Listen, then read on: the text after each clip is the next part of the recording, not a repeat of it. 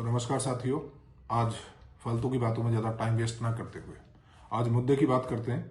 और मुद्दे की बात यह है कि बहुत सारे बच्चों के मोस्टली कमेंट्स में जो मैं देखता हूँ, सभी का डाउट है कि प्रीवियस मेरिट क्या रही थी और इस बार कितनी जा सकती है। हमें कितने नंबर पे रनिंग की तैयारी करनी चाहिए या नहीं चाहिए, हमें कितने एडिशनल मार्क मिलते हैं, या जो एनसीसी वाले बंदे हैं उनके डाउट रहते हैं कि हमें कितने मार्क्स और कब मिलते हैं और किसका ABC सर्टिफिकेट पर क्या असर पड़ता है।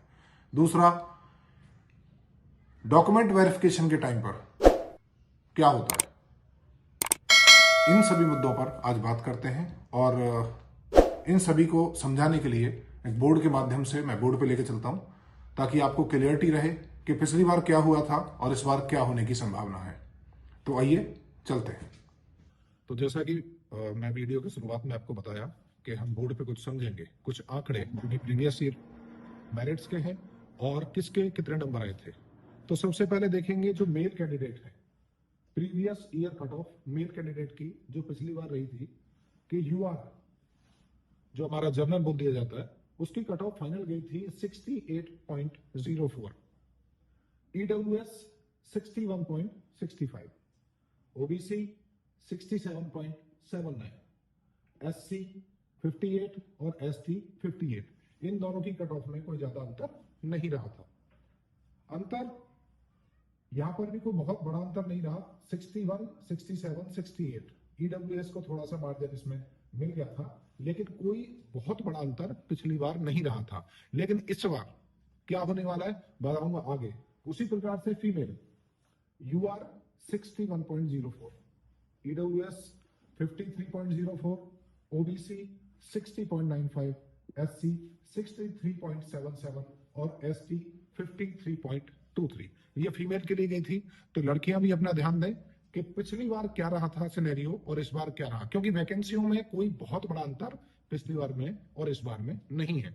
साथ ही में हमारे कुछ एक्स सर्विसमैन साथी जो कि आर्मी से रिटायर होके और अपने लिए सेकंड इनिंग की तैयारी कर रहे हैं और वो दिल्ली पुलिस में फॉर्म भरा है, फिजिकल की तैयारी कर रहे होंगे, तो उनके लिए यूआर ऑब्लिक जर्नल जो कि जर्नल की मेरिट गई थी वो गई थी 41.90, ओबीसी जो कि बहुत ज्यादा गई थी 54.90। उसमें ज्यादातर दिल्ली के लोग या जहां पर भी ओबीसी के अंदर आते हैं, अदरवाइज ज्यादातर दिल्ली के अंदर ही लोग होते हैं जो कि ओबीसी में जरूर आते हैं।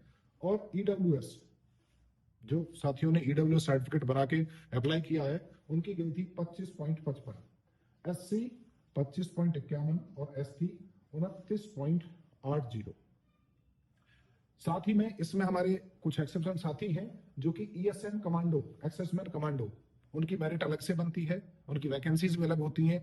मोस्टली वैकेंसी जो भी अगर 100 वैकेंसी है मान के चल लेते हैं तो 50 या 55 वैकेंसी उसमें एक्स सर्विसमैन कमांडो की होती है। तो उनको भी 36 आरक्षण में श्रेणीवार बांट दिया जाता है। तो उसमें युवा अनरिजर्व की देख लीजिए 25, बहुत कम गई थी जो कि एक्स सर्विसमैन कमांडो है, 25 नंबर पे सिलेक्शन हुआ था।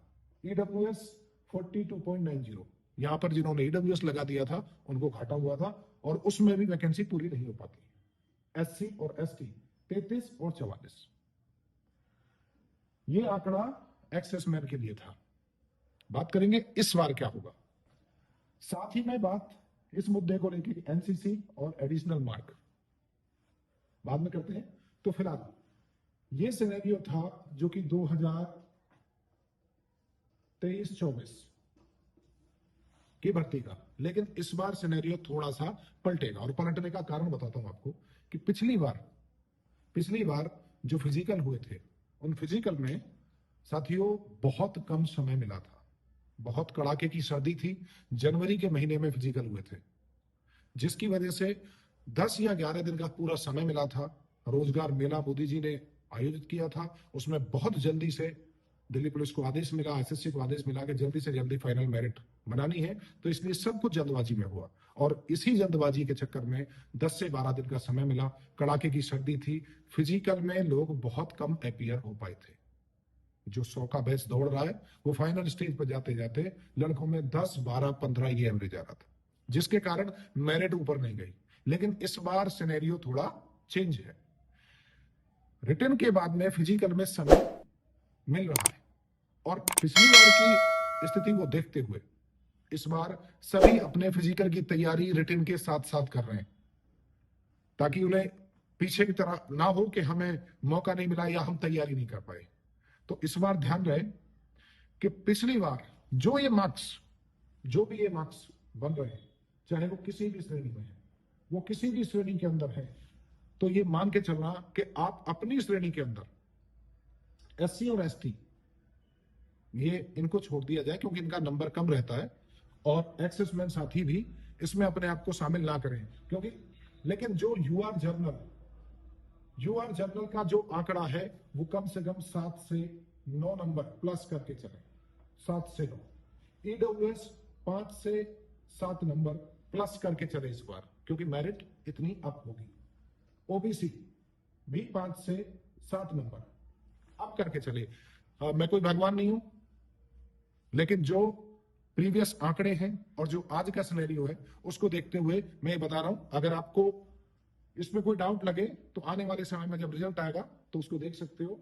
उसी प्रकार से ओबीसी में कोई ज्यादा बड़ा फेरबदल नहीं होगा, 3 से 4 नंबर जाएगा। एससी और एसटी +5 करके चले, अपने आप को +5 नंबर करके चले।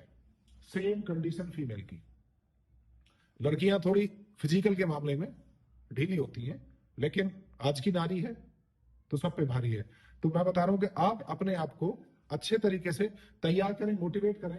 इन सभी अपनी अपनी श्रेणी में आप +5 मार्क्स मान के चलें। कम भी हो सकता है, क्योंकि फिजिकल नहीं लगा तो जैसे पिछली बार हुआ था तो कम भी हो सकता है, जरूर नहीं कि यही जाए, लेकिन अपनी तैयारी अच्छी तरीके से करना और +5 मार्क्स मान के चलना।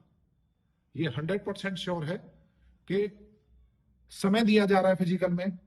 आपकी सर्दी जनवरी निकल जाएगी, फरवरी में कभी भी आपकी डेट आ सकती है।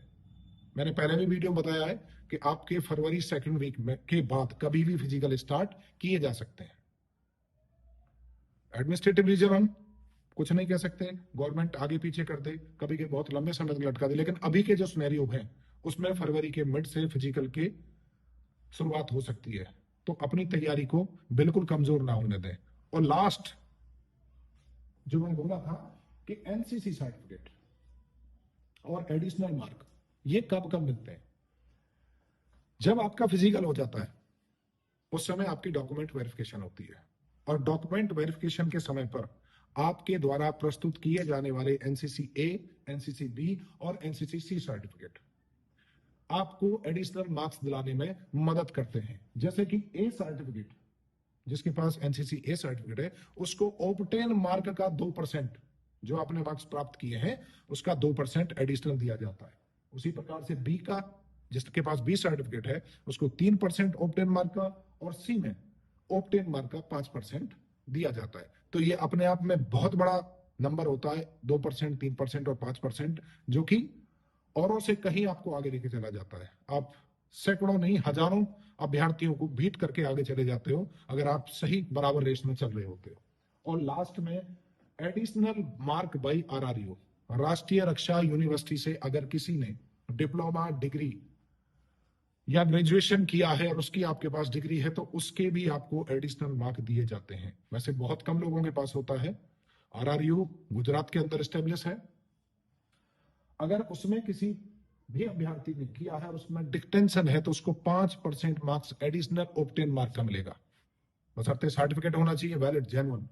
सेम फर्स्ट पोजीशन पे उसको 4% एक्स्ट्रा मार्क मिलेंगे, और जिसने सेकंड पोजीशन है उसको 3% एक्स्ट्रा मार्क मिलेंगे, और पास वाले को भी 2% एडिशनल मार्क मिलेंगे। तो जिसके पास भी है डॉक्यूमेंट, अभी से तैयारी करके रखना।